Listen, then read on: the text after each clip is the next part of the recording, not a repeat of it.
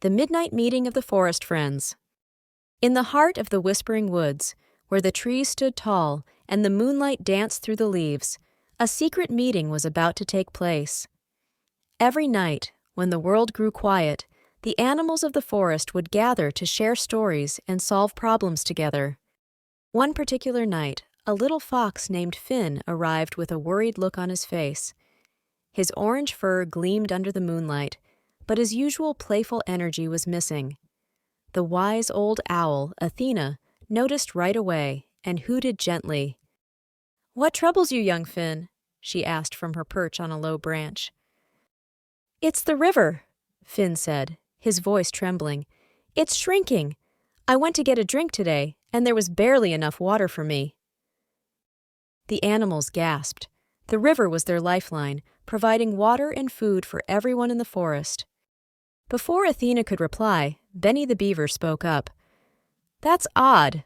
I've noticed fewer fish lately while working on my dam. Something must be wrong upstream." "Then we must investigate," Athena declared. "But we must work together to solve this mystery." The next morning, the animals set off on a journey up the river. Finn led the way, his sharp nose sniffing for clues. Benny swam alongside, while Sasha the squirrel and Luna the deer followed close behind. As they traveled, they noticed strange things. The riverbanks were dry, and the plants near the water were wilting. Finally, after hours of walking, they came to a clearing and saw the problem. A pile of logs and branches had blocked the river, stopping the water from flowing. Benny tilted his head. "That's not one of my dams. Someone else must have built it." Just then they heard a rustling sound, and out stepped Max, a big brown bear. He looked sheepish as he scratched his head.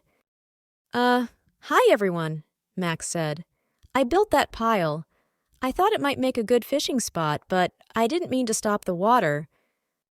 Finn's ears perked up. "Max, your pile is blocking the river for everyone. We need to clear it so the water can flow again." Max looked worried.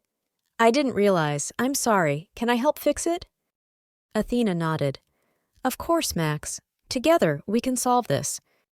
The animals worked side by side. Benny and Max used their strong teeth and claws to move the logs, while Finn and Sasha carried away smaller branches.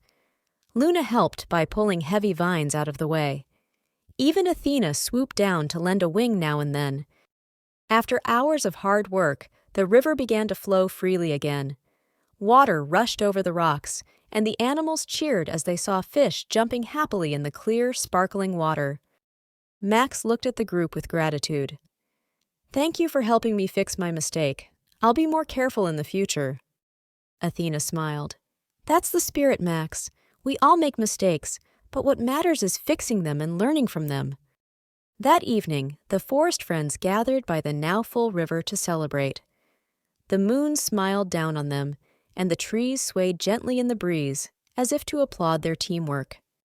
From that day on, the animals of the Whispering Woods worked even closer together, knowing that by helping each other, they could overcome any challenge. And so, the river flowed, the forest thrived, and the animals lived happily ever after, under the watchful glow of the moon. That's the end of the story. See you next time with a new story.